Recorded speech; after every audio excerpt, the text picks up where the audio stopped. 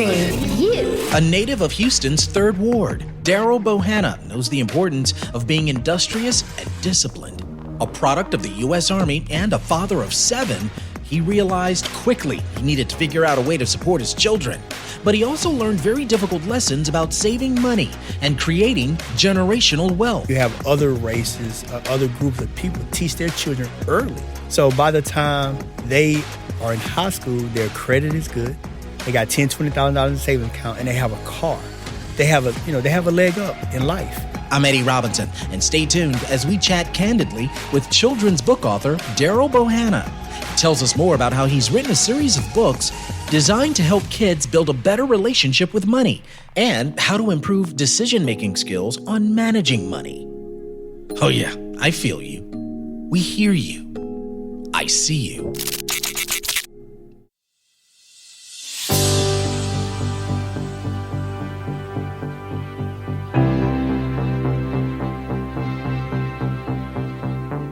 You're listening to I See You. I'm Eddie Robinson.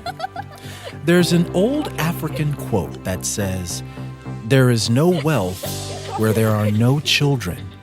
And our guest today is putting that quote to good use. Literally.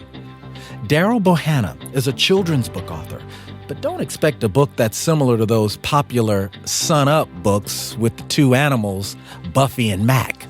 What you can do is imagine for a minute if Buffy and Mac were trying to figure out how to write a personal check, or how the both of them could create a savings account, or what they'd have to do in learning how to balance a budget. Well, Mr. Bohanna didn't write a financial Sun-Up book for kids, but what he has done is that he's chosen to write a series of books designed to help children, especially kids of color, learn the basic fundamentals of how to count money and improve decision-making skills on managing money. Something I'm sure many adults who are of a certain age who wish they had known then what they knew now about money and how to have a better relationship with it. I would certainly have welcomed a book like that when I was young. But here to tell us more about the upcoming literary series and provide us with more of a glimpse of the book, The Adventures in Moneyland with Dee Dee, Dez, and Dex, it's author Daryl Bohanna. Daryl, thank you so much for being a guest on I See You. Thank you for having me. You know, I noticed your quote on media pages that we've seen about the book where you write, "It is easier to build strong children than to repair broken minds." And then underneath it, it's the quote where you write that you paraphrased it from activist Frederick Douglass's quote, which read, "It is easier to build strong children than to repair broken men."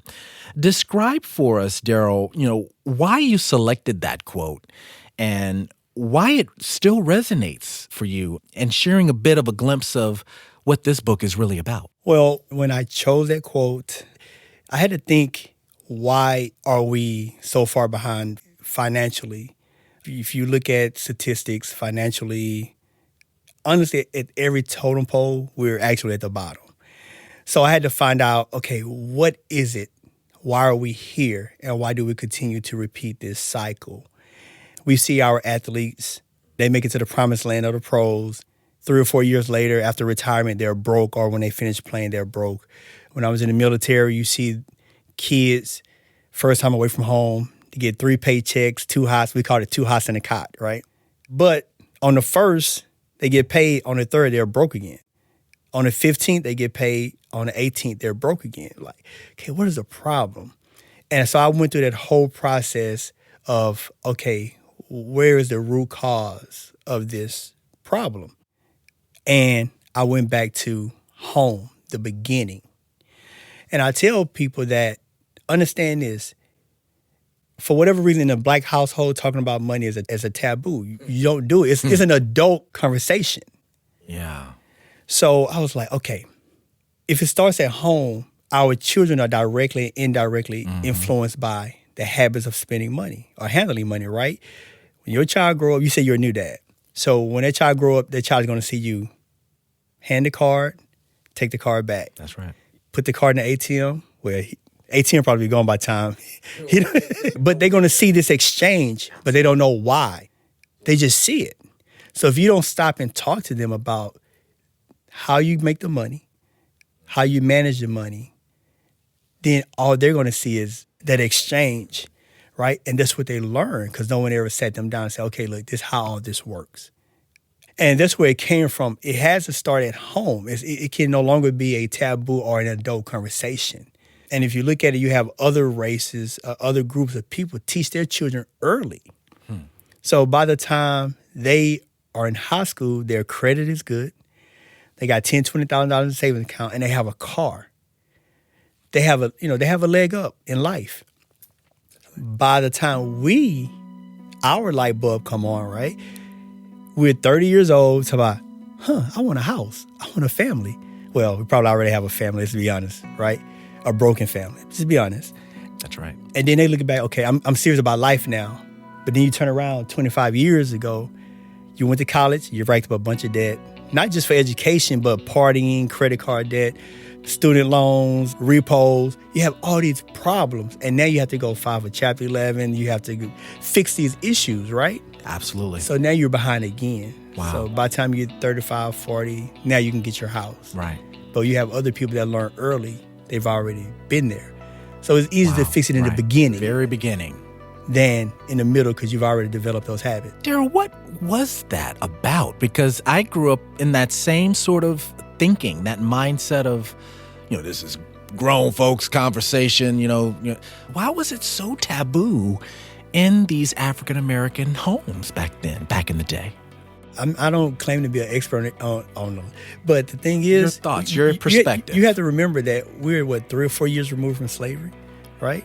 So they learned the hard way unless they were born with those smarts. But a lot of our people were born just in that situation where it was just all about survival. Okay. So after survival and they gain their freedom, then it's still about survival and they're learning as they go. They're learning as they go. Mm-hmm. So we continue to repeat those cycles. It was a learn as you go process. So they couldn't convey the information to you and they couldn't convey it to me, right?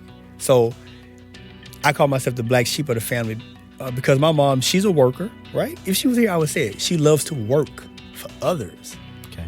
My dad was an entrepreneur, but my brother, he's a worker. That's what he does. Okay. He's ventured out, tried to venture out into business. But I'm the guy that says, you know what? I don't want any of that. Wow. I want to do this. So I'm different. So when I talk to them about it, they don't get it. The understanding is different. Okay. So because they didn't have that information, it was hard to convey. So what I did was when my children were born, I think around the 9th grade. So I started late too because... How many children do you have? Oh, God. Oh. No. I have 6 that's living and Okay. I have 1 that's deceased, so I had 7. Okay. Just to give everyone an idea of your background, that you are a father. Mm-hmm, I'm a father. All right. Correct. So when my children became of age, I waited late because my light didn't click on for them to later. Okay. But on every Tuesdays and Thursdays after school, we would sit down and we have these financial classes. Wow. I would do that for them. Interesting. And I taught my boys how to tie ties, proper etiquette, how to interview. I was teaching them this stuff early. Fantastic. Right? I mean, I got them at 12, 13 when I should have had them at 5 and 6 because they had already developed habits that I was trying to break. Got it. So that's when I realized, hey, you know what? No, it needs to start earlier. Okay. And so that's where it came from. It's I See You. I'm Eddie Robinson, and we're talking about the importance of learning more about money and the relationship we should all have with our money early. And the author we've invited to the show today in studio is doing just that.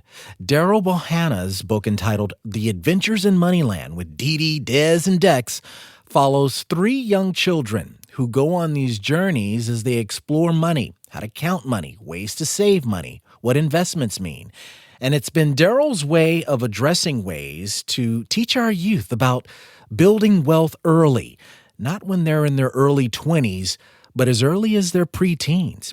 And so, Daryl, tell us more about what went into writing this particular book and how you plan to expand the narratives with Dee Dee, Dex, and Dez. How I realized that this book was going to work. So I tell you, my grandson, he's 7 now. But back when he was 4 and 5, I would take him with me to do business. I do real estate. I'm a developer. And so I drove up to the house. He was like, Papa, He said, Papa, this house is ragged. They need to tear it down. Who's going to live here? I say, hold on. I said, what if we put some paint on the house? What if we cut the grass? What if we take the roof and replace the roof? I'm speaking these terms because eventually he will understand what a roof is, but I pointed the roof, And he said, well, okay, then, yeah, someone would live here. I said, okay. I said, then you have the choice to sell it or you can rent it out. He was like, well, how you make the most money? I said, most money is coming from renting. I said, when you sell it, you'll get the money and then you're gone. Mm-hmm. I said, but long term, you'll make the money from renting. You don't think he remembers. So I get him 2 weeks later, we'll pull up to another house. He said, another one? I said, yeah. I said, what are we going to do with it?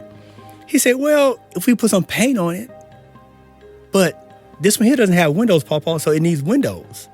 I said, you're right. I said, what will you do with it? He said, well, you said I'd make more money if I keep it and rent it versus selling it. I said, yeah. I said, but every situation, it doesn't always mean you have to keep the home. Sometimes you can't sell it. So I was like, okay, he's listening. He paid attention. Because the book was it was a concept, but I was writing the book. I said, you know what? He knows. So then I was like, okay, I'm confident in finishing this book because it's making sense. He may not know all the terms. He may not know all the background, but he understands what I'm saying. So I took it and I ran with it. And that's how I continued developing the book. And you're building the storylines on these three kids? Yes. Tell us more about those stories and what went on with what their adventures are in this so-called place called Moneyland. So in Moneyland, they're introduced, it's a mystical place called Moneyland. And in Moneyland, they're introduced to the basics, starting with the penny, to the nickel, dime, quarter, half dollar, all the way up to a $100 bill. Okay. And they just going through these different aspects of Moneyland. So what the concept is you teaching them the knowledge, right? So I say, oh, here's a penny. This is how you spell it, right? And then there's an activity. So most people think it's just a book that you read, but it's also an activity in the book. So they have to go apply that knowledge. So you don't just read and like, okay, that was. So they have to apply that knowledge as well, where they have to count the pennies. It's in a box. So they get to count the pennies and circle what they think is correct. Okay. So, and then there's some math in there where I line up all the coins and they have to do math. It's 90 cents. Okay, and so there's some critical thinking, yes, right? There's some problem solving, yes, that gets into what are the ages, for a kid or an adult who's thinking of, purchasing a book like this for their children. What do you suggest and recommend the age group? I'll say between 5. For this particular book here, I say between 5 and 10. Okay. By that time, they should have the concept. And the reason I say between 5 and 10, because by September, October, I'll have my next book out. It's going to be more complicated because it's talking about savings, but we're not just talking about putting money into a savings account and let it sit there. We know that's a waste. But it's going to build up, through each book, through each series. In this book, your 5-year-old to 10-year-old may struggle. But then, your 10-year-old and up, because it's going to talk about interest, the interest calculator, compound interest. It's not just, hey, put money in a savings account and save it. It's going to go deeper into the different forms of savings. And that's really what math is. Mm-hmm. And I think that's where many young children struggle when we're getting into those fractions, right, and the compounds and the derivatives. Correct. So, but the thing, you just can't write a book and say, okay, money. It's got to be fun, right? Exactly. So that's why I have to sit back like, okay, how do I make this funny? How do I make this character make the child laugh, even though you're making, you're teaching them about money, and things like that. So that's another challenge. Yeah, make it fun. To make it fun, and I've heard the stories and the nightmares. Kids hate word problems. It's hard, but it's critical. That is a critical trait to have in school because everything is with a word problem. That's it. Everything. That's it. So.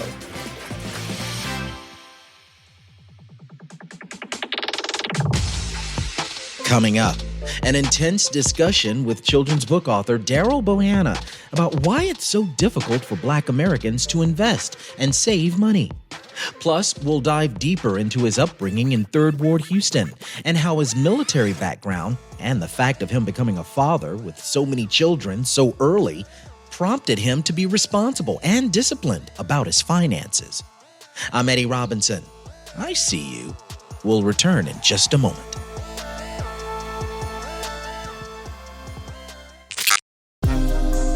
If you're enjoying this program, please be sure to subscribe to our podcast, I See You with Eddie Robinson. You can hear all the past episodes and be notified when new episodes are released. Also, please take a minute to give us a review or comment. We love getting feedback from our listeners. Put that time in, get that money. You're listening to I See You. I'm Eddie Robinson, and we're talking about the importance of learning more about money and the relationship we should all have with money early. And our special in-studio guest is Daryl Bohanna, an author who's written a children's book about money, The Adventures in Moneyland with Dee Dee, Des, and Dex. It teaches valuable lessons for kids about how to count money, how to perform basic calculations, and the book helps usher in a thought process around saving money. The book is available online at booksbybohanna.com. I'm noticing the fact that this book, deals with STEM on some early level. I find this endeavor, with this particular book to be extremely important for Black children because of the performance factor of these children when it comes to STEM and fostering these kinds of learning environments that's related to science, technology, engineering, and math. There must be a way to encourage these students, these kinds of skill sets and measurements of STEM to start early. And even with, some of my young family members, they have a very difficult time with science. They have a very difficult time with math. What is it that you believe, from a historical basis even, and you kind of tapped on it earlier, but why do you think Black Americans in particular have such a hard time with money? We were taught to spend. We didn't have it in the beginning, and as soon as we get it, then you're faced with all the material things. Like, I want to look rich. I want the tangible things to look like I have money, but I really don't have money, right? So I can have the Cadillac, I can have the BMW, I can have the Louis Vuitton, the Gucci, I can have the watches, all this good stuff, right? Sure. But it's sitting in a closet, depreciated as soon as you bought it. You can't even go back and get the same price. You can't sell it for the same price you purchased it for. But my bank account says I'm broke. So we buy the material things to make us feel like we have it when we don't. So they don't understand they're purchasing liabilities. The car is a liability. You need one to get around, but it's a liability, right? A home is actually a liability until you sell it or refinance it, right? Because you're putting money into the home, right? So we have to understand the definition and we can get it right. A liability is something that's costing you money. An asset is something that's going to appreciate and bring you money. And we got to understand the difference. And there's also an element of inferiority. And I always kind of look at, and you kind of touched on it too, about non-Blacks in that environment where they started their kids early on this. But there's an inferiority from a Black American standpoint where you've got people thinking, you know what, I've busted my butt trying to make ends meet. I deserve it. I deserve this. I deserve the new Jordans. I deserve, a new car. I deserve this amazing apartment because, dang it, 10, 15, 20 years ago, I was struggling. And now look at where it's put you on some level. Show me Elon Musk gold chain. Show me his diamond chain. Show me his Louis Vuitton bag. If you study those people, you realize the Bill Gates of the world, the Warren Buffett. Warren Buffett lived in the same house that he purchased in 1967, something like that. Wow. you have to study other people to know how this works. And you have to understand too, if I go purchase a $500,000 home, I need to be making at least $2.5, $3 million. I can't buy a $500,000 home, I'm only making $600,000. Because if an emergency happened, I really don't have the money. I really can't afford that home. Right? That's right. Your credit, my credit probably say, yeah, you can afford that's $80,000 Mercedes-Benz, right? But what if it's an emergency happened? Does your income sustain your emergency? Can you weather the storm? So we have to understand, yes, I can purchase it, but can I afford it? Correct. Taxes, the maintenance. If an emergency happened in a home, do I have it, right? That's why we have to understand the difference. It's ICU. I'm Eddie Robinson, and we're speaking in studio with Daryl Bohanna. His children's book entitled The Adventures in Moneyland with Dee Dee, Des, and Dex is a book that helps introduce kids to money, helping them be more comfortable with counting money, learning about how to make the right decisions when money is around and available to them.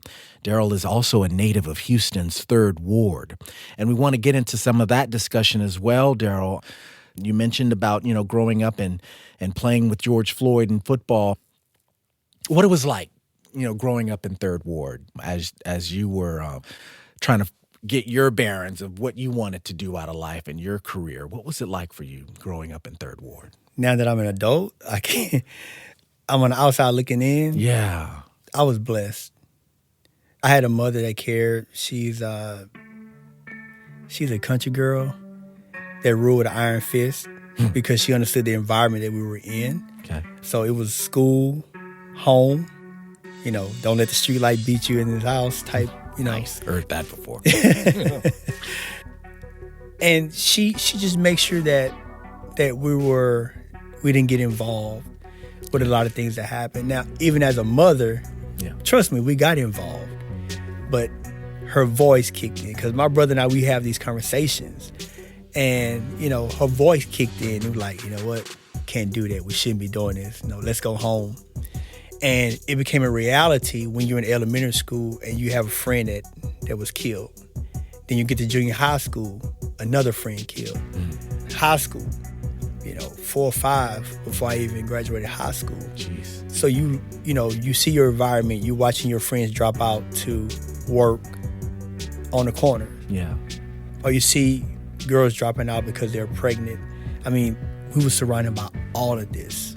Sure. And God bless us, where, he blessed us with a mother that cared enough to tell us no. Yeah. And to correct us.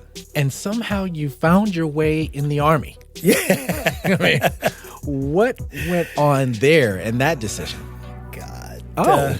No, yeah. So when I left high school, I did have some offers.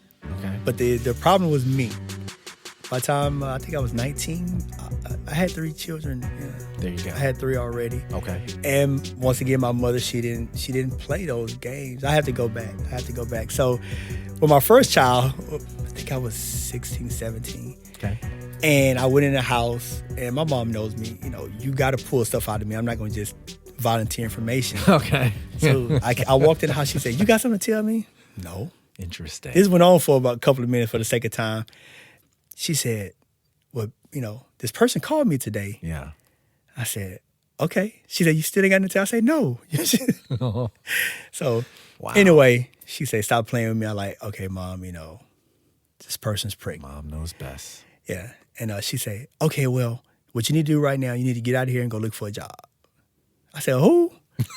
She said, "A job." And then I made a mistake by saying, "What about football?" She said, "Who?" So she put it back on me. She said, "What?" She said, "There is no football. There you go. You made an adult decision. You're gonna take care of this child." So after she, calmed down for a minute, I found a job. She said, This is what you're gonna do. She said, "You want to play football bad enough?" I said, "Yes, ma'am." She said, "What you can do is you work, you don't spend any of that money, you put it in a savings account, and you can play football." She said, that's it. You don't get to spend any of it. So I played football. Unfortunately, you know, my daughter, she didn't make it. No, she was born, but she didn't make it. And but I didn't learn my lesson because a year later, a year later, Keep going. yeah, here come the other one, and he made it. Okay. And so that you know Beautiful. the process.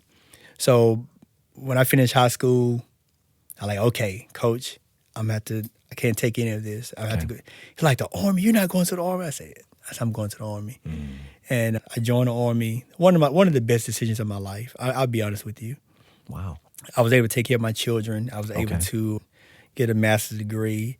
And believe it or not, you can't save money in the Army if you're disciplined. Because I had to.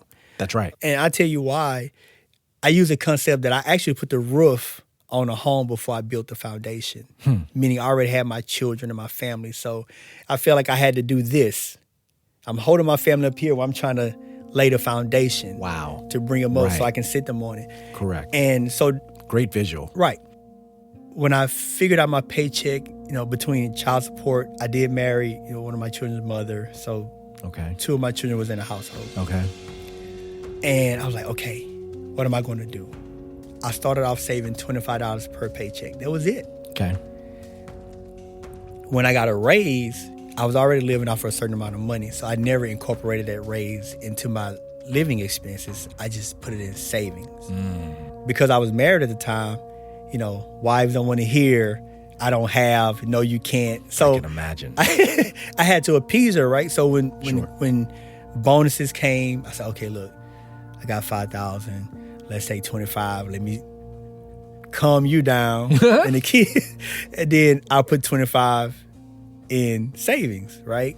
Wow. And then it built up from there. So I went from having like this money in savings. I said, okay, well, what's next? Then I got into mutual funds. and I learned about mutual funds. I'm like, okay, what's next? Right. Then I got into stock market. Okay. And that's how it built up from there. Now, you know, businesses, real estate, books, things like And that. on some level, I mean, Papa was a Rolling Stone, but it's like these children really sort of introduced you to, or at least on some level forced you Forced, right. to get into the learnings of mutual funds and CDs and stocks and what all. I mean, you have to be thankful, right? Right. With those children on some level. You know, everyone has their own story, right? But if it weren't for that to happen, who knows, you know, in terms of this hardcore, you know, relationship with understanding money. I would have been a millionaire already. You would have been a millionaire. All right. Because if my mom was here, she'd tell you I was cheap. I've noticed millionaires are they cheap? Yes. Are they They're tight? cheap. All right. Cheap. That's So, probably because why they're millionaires. my mom used to say, I used to work at Kroger. Okay. And she said, I don't remember this. She said, you used to call me from work and say, Mama, bring my lunch because I don't want to give these people my money that I work for. So she used to bring my lunch to work. Nice. I say that because I've always had this thing about saving money. There but you what go. it taught me was saving money, like right now, you know, it's good that we save. But saving money with the inflation and everything, we're actually losing money. So let's say 1,000 in the 401k. bank is probably worth 600 Yeah, now, it's right? So when you save money, you have to have a purpose for that money. There you go. know? But what it taught me was to read books. Okay. Because when you come out of third ward, you know, it's basketball, football. I'm going to be a football player, basketball player. You have all of these other things outside of reading. Distraction. So, distraction. So it forced me to read books. So, you know, Millionaire Next Door, Rich Dad, Poor Dad, The Richest Man in Babylon. And that's where it actually started with The Richest Man in Babylon. And I was like, okay, that makes sense. But then when you see The Richest Man in Babylon, he got the coins, he was lending money, and then he started building other business from there. And I was like, makes sense. So one day I went to, I probably got in trouble. Probably, I'm sure I did. But I went to my first sergeant office, which is a manager in civilian terms. And he said, Sergeant Bohanna, he was getting on me about something. He said, Sergeant, you know what? He said, when I retire, he said, I would never have to work again. I said, well, you going to get a military paycheck? He said, no, that's not going to be enough. He said, in every state that I've been stationed in, I've purchased a home. And those homes in the span of 20 years is going to be my retirement home. my light bulb went on. There you go. And I ran from there. And that's how it all started, those nuggets that you Absolutely. Coming up, we continue our conversation with Daryl Bohanna. He's written a children's book about money, and we'll learn more about the challenges he's faced as a first-time self-published author. We'll get feedback from parents about what they think about the book, and we'll get into a heavier discussion for adults about Black buying power and what that means for the future of Black Americans in creating financial stability. I'm Eddie Robinson. Stay tuned. Another provocative segment of ICU returns in just a moment.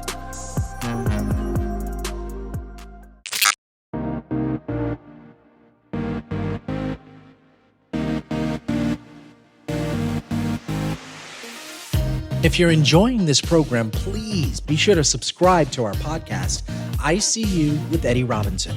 You can hear all the past episodes and be notified when new episodes are released. Also, please take a minute to give us a review or comment. We love getting feedback from our listeners.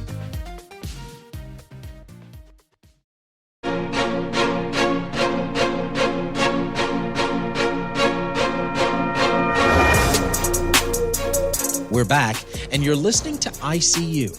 I'm your host, Eddie Robinson.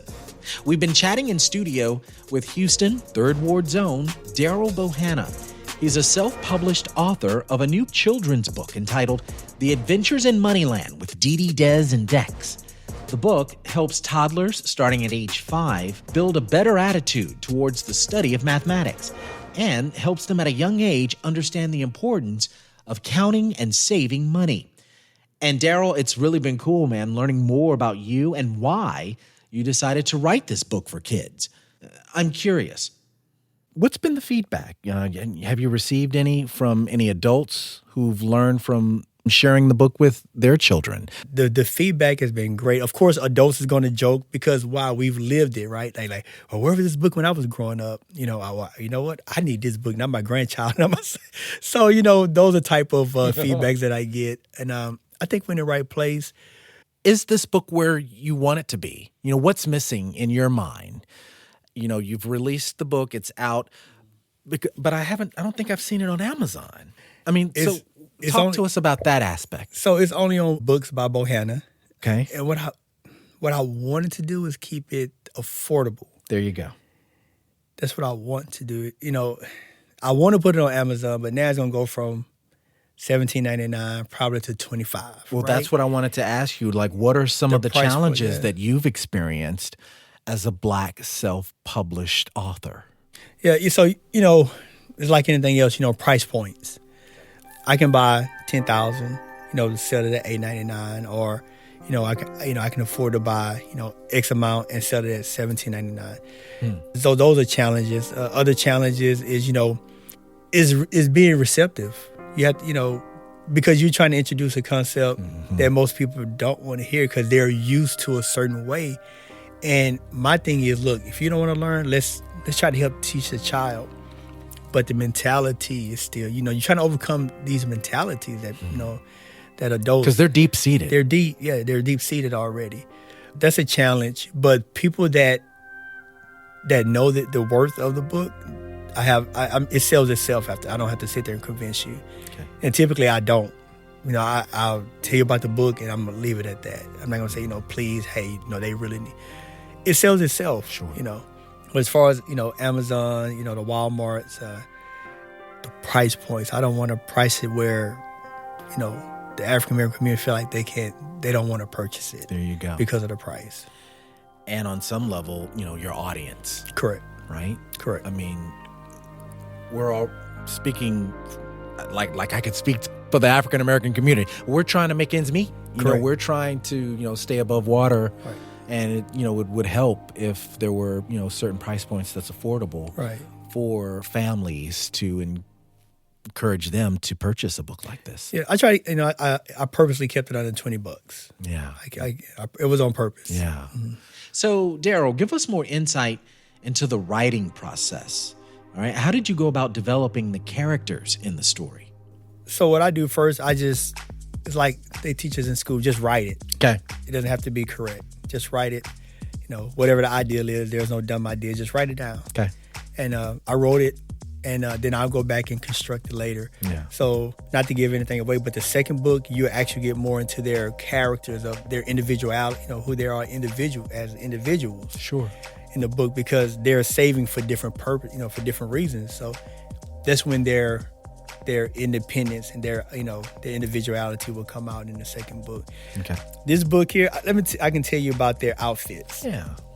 So, two of my children, they were like, "Dad, I want to dress for." You can't say nerds anymore.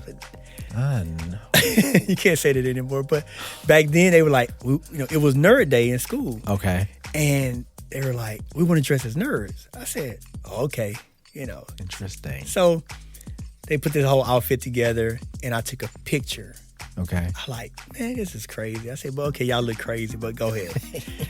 So I took this picture, had it in my photo album for years.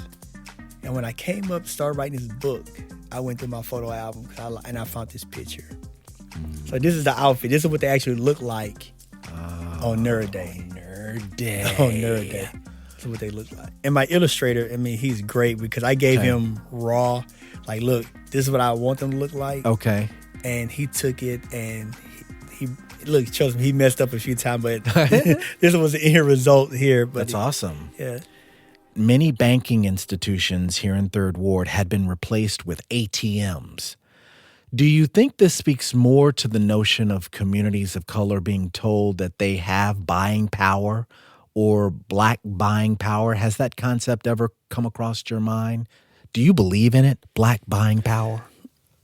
Yes. We have Black buying power, but most people, because I ask questions, most people use banks as check cashing places. Mm-hmm. And banks can't make money if you just give me all my money back. Correct. Right? They can't make money that way. So they say, okay, well, that's all you want. I'll remove, the brick and mortar, and I give you an ATM machine. Here you go. And that's what, only bank that is still off of Cullen and Reed is Wells Fargo. Everything else is an ATM machine. I remember reading and hearing about Black Wall Street in Tulsa's Greenwood district. I had never heard about it until last year with the 100th anniversary. I had never heard of such a thing, Black Wall Street. And when I read about it, I was like, wow, this is insane.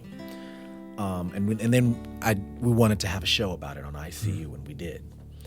I had read about the historical Black neighborhood just west of downtown Houston, the stretch of Alameda. And according to some residents back in the day, they said when U.S. Freeway 288 cut them off from the rest of Third Ward, Alameda died. I'm sure, and there are other parts of our nation where there are pockets of prosperity within African American communities at one point. And it was a space where we can go and support our own. But then they'd fade away as a result of whatever, segregation ending, people just seeing Intimate other domain. things. Exactly. And so I wanted to play this cut from you. It's from Dr. Jared Ball, and he stated that Black buying power is a myth. He's written a book about it and argues that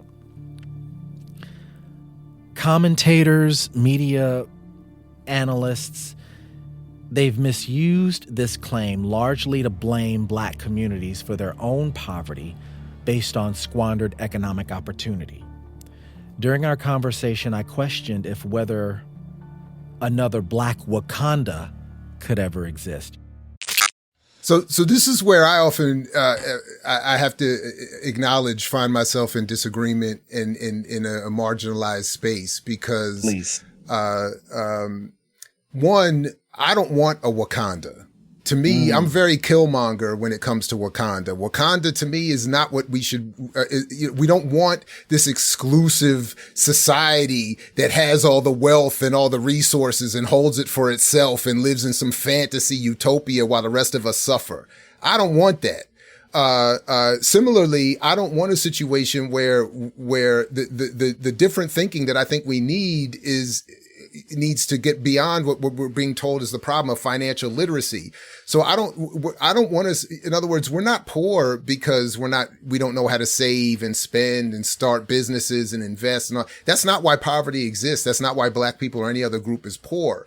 In fact, one of my favorite statistics that I learned in producing some research with some colleagues last year was that from 2012, from 1996 to 2012, or 92 to 2012, I think, something like that, Black people created more than 2 million businesses. And the collective capture of those businesses of the national, expenditure, that is the amount of the national revenue spent by everybody in society on all business and all, went down from 1% or 3% to 0.5%. So in other words, all of the entrepreneurialism, all of the business minded sense, all of the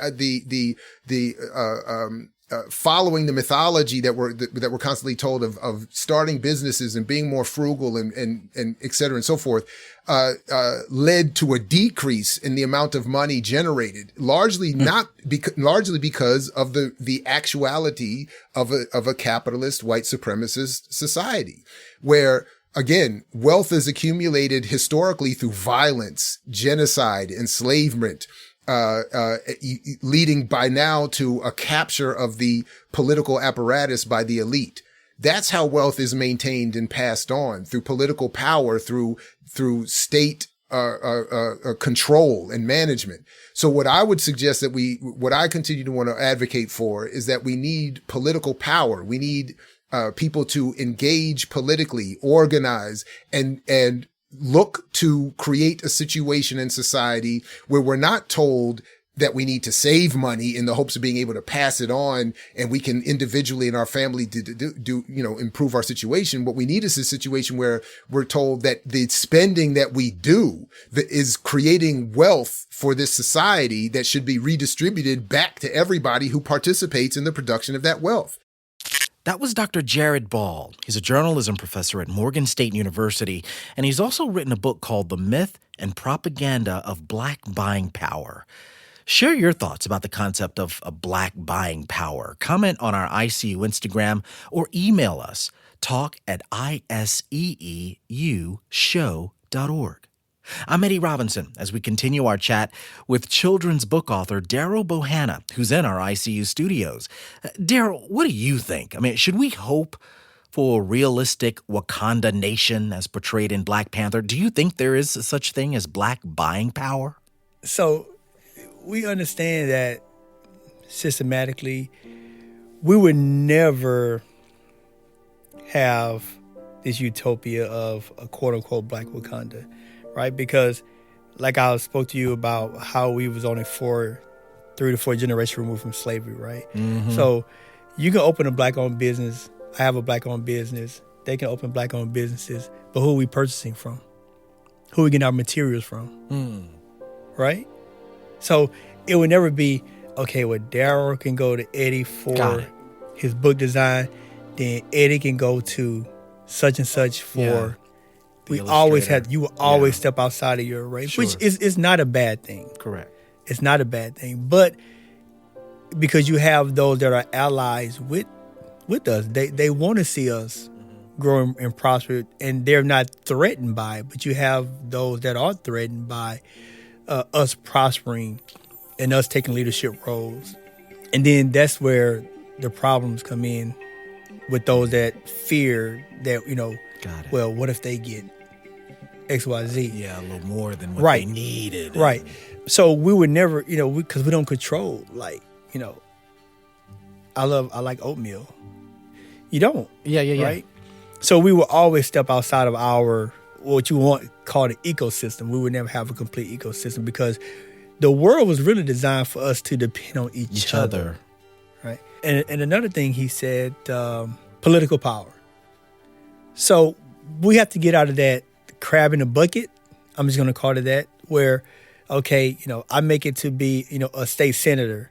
And then all of a sudden my mind gets cloudy because you have people behind me with more money controlling my thought patterns. Right? So now I'm no longer for the African American community or the Other community entities. that's suffering because I'm being controlled by the dollar. That's right. So, but you are the black face, you are the representative, but behind you there's other money, other people that's Other controlling entities. you. Right. That's pulling your string for this. Well, this is what we want the black community to do. You go up there and say this. And honestly, I look at a lot of our politicians and I don't believe absolutely I agree. nothing Yeah. that come out of their mouths. I'm sorry. Yeah. I'm sorry. I don't, because I'm aware. Okay. I'm aware. I haven't removed myself from Sure.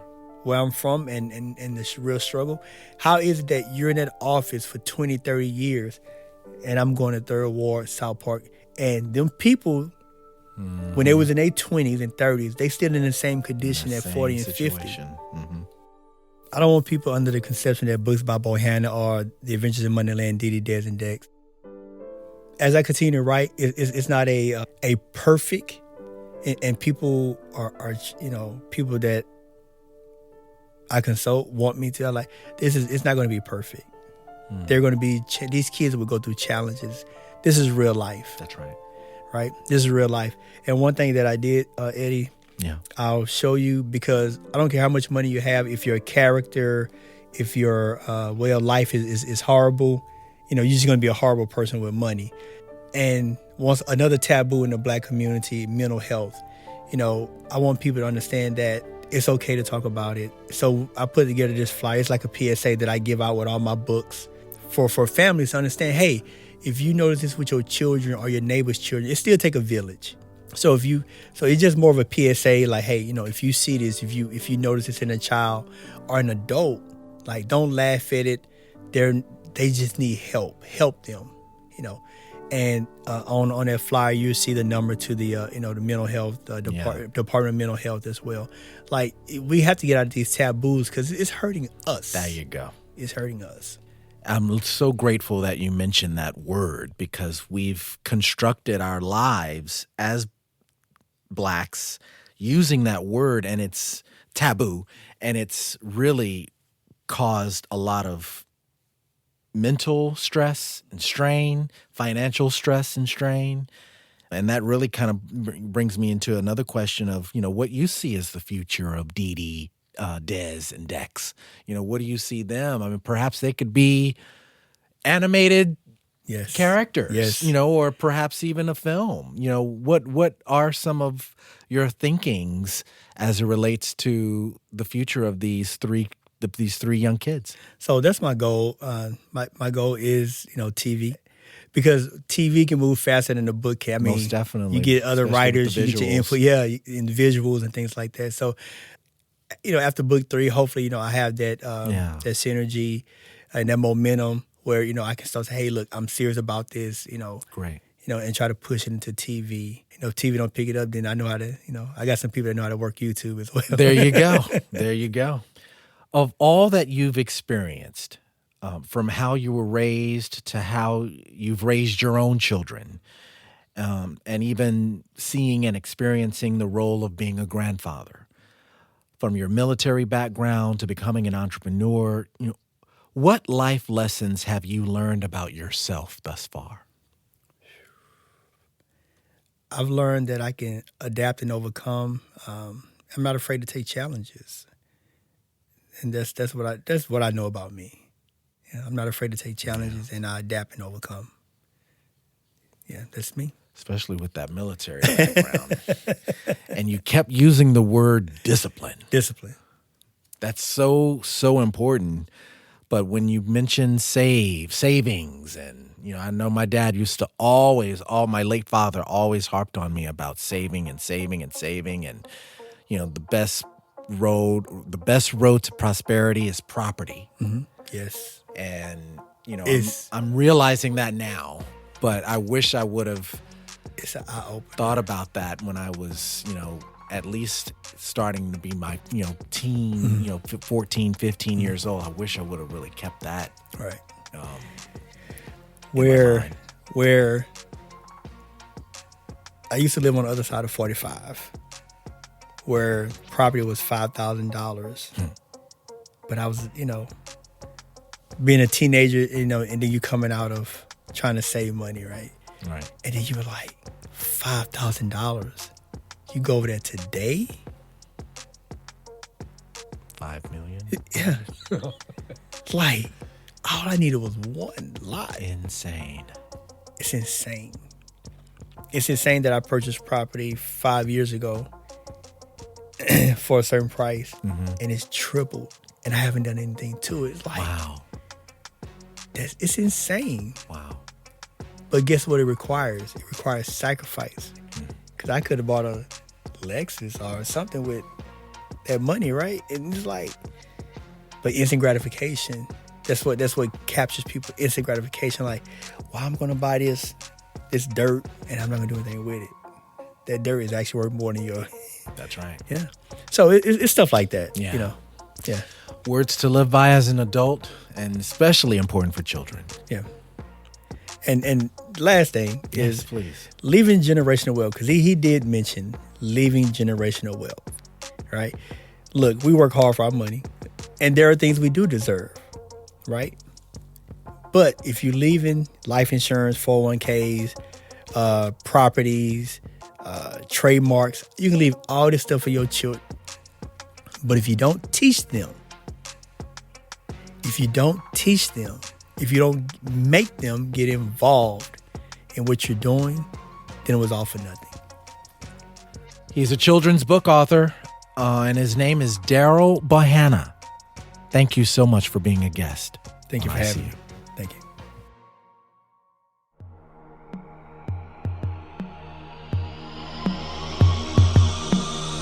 That's it for this week. Our team includes Technical Director Todd Holzlander, Producer Laura Walker, Editors Mark DeClaudio and John Mitchell Good. I See You is a production of Houston Public Media. Follow us on Twitter and Instagram. Visit iseeushow.org for more details. And be sure to download previous episodes of ICU where you enjoy your favorite podcasts. I'm your host and executive producer, Eddie Robinson. Thanks so much for listening. And remember, I feel you, we hear you, I see you. Until next time.